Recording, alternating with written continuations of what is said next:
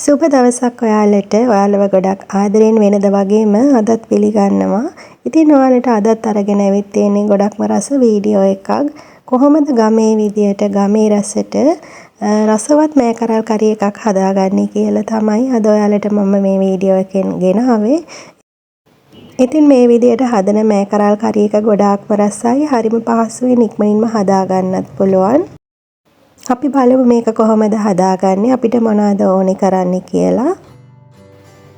ඉතින් දැන් මම මුලින්ම මේ වගේ මෑකරල් ටික හොඳට සෝදලා අරගෙන තියෙන්නේ. මේ විදියට මම මෑකරල් ටික අතින් තමයි කඩලා අරගන්නේ. දැන් මේක අපිට ලේසියට අපි පිහියකින් කපන්න ගියොත් එතකොට මේකේ තියෙන නියම රසය නැති වෙනවා. ඉතින් ඒ නිසා අතින්ම කඩලා ගන්න පුළුවන් නම් තමයි හොඳ. දැන් මේ විදියට මෑකරල් ටික අතින් කඩලා අරගනින්න. ඒ වගේම ගොඩක් දෙනෙක් මෑකරල් කන්න ටිකක් අකමැති. ඒ වුණාට මෙන්න මේ ක්‍රමයට හැදුවතින් ගෙදර අය ඉල්ල කාවි මෑකරල් ඇත්තටම හරිම ආසාවෙන්. ඉතින් එහෙනම් අපි බලමු මොනවද තව මම අරගෙන තියෙන්නේ කියලා.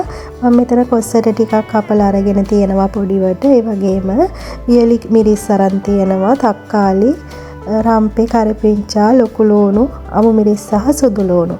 ඉතින් මේ දේවල් තමයි මම ප්‍රධාන වශයෙන්ම අරගත්තේ. ඉතින් මේක අපිට මැටි ඇතිලි එක හදාගන්න පුළුවන් නම් තමයි ගොඩක්ම හොඳ. ඔන්න දැන් මම මේ මැටි ඇතිලියට මම අතින් කඩාගත්ත මෑකරල් ටික, ඒ වගේම කොස්සට ටික එකතු කරගත්තා. ඊට පස්සේ මම දැන් අමු මිරිස් එකතු කරගන්නවා. ඒ වගේම කපාගත්ත ලූණු ටිකක්, තක්කාලි, මේ දේවල් තමයි දැන් මම මෙතෙන්දී එකතු කරගත්තේ. ඒ වගේම කරපිංචා, රම්පේ ටිකකුත් එකතු කරගෙන ඊට පස්සේ දැන් ඔන්න මේකට මම කහ කුඩු 3-5 කුඩු එකතු කරගන්නවා. ඉතින් 3-5 කුඩු ගොඩාක්ම එකතු කරන්න යන්න එපා.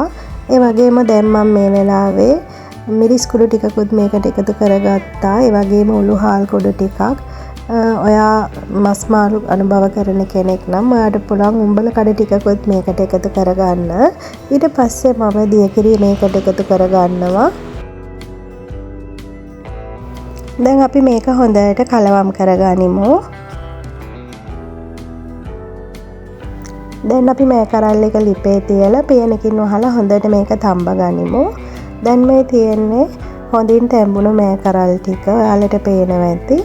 ඉතින් දැන් මේ වෙලාවේ තමයි ඔන්න මම ලුණු එකතු කරන්නේ. ඉතින් ඔයාගේ රසයේ තරමට ඔයාට පුළුවන් ලුණු එකතු කරගන්න.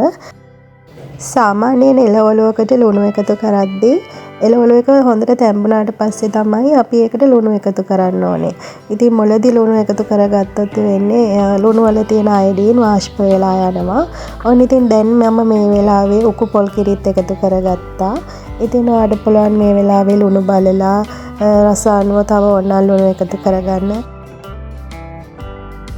දැන් කිරි ටික හොඳට උතුරනකම් අපි මේ විදියට තව ටික වෙලාවක් ලිප උඩ මේ විදියට මෑකරල් එක තියාගන්න ඕනේ. ඊට පස්සේ දැන් ඔන්න මම මෑකරල් ටික ලිපෙන් අයින් කරගත්තා. දැන් මම මේ පෑන් එකක් ලිපේ තියලා තෙල් ටිකක් ඒකට එකතු කරගත්තා.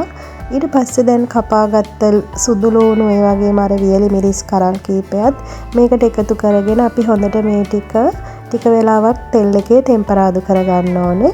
ඊට පස්සේ අපි කපාගත්ත ලොකු ලූණු ටිකත් මේකට එකතු කරගන්නවා. ඒ වගේම රම්පේ, කරපිංචා ටිකත් එකතු කරගෙන හොඳට අපි මේ ටික තෙල් එකේ ටෙම්පරාදු කරගන්න ඕනේ.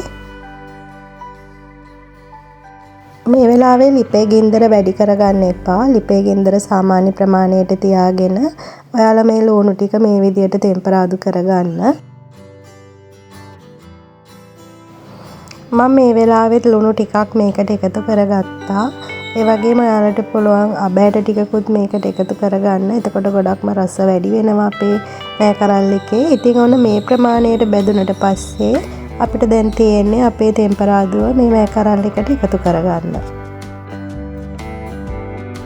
මේ විදියට හැදුවම මෑකරල් එක හරිම රසයි. ඒ වගේම හරිම සුවඳයි. අපිට මේ බත් එක්ක කන්න මේ කරි එක විතරක් වුණත් ඇති ඒ තරම්ම රසයි. ඉතින් ඔයාලත් මෑකරල් ගෙනාපු දවසක මේ විදියට හදලා බලන්න. ඔන්න දැන් මේ තියෙන්නේ මම හදපු මෑකරල් කරි එක. ඔයාලට පේනවා ඇති හරිම ලස්සන පාටකට තියෙනවා. ඒ වගේම තමයි මේකේ රසත්. ඉතින් මෑකරල් කන්න කැමති අකමැති හැමෝටම මේ රෙසිපි එක ගොඩාක්ම හොඳයි.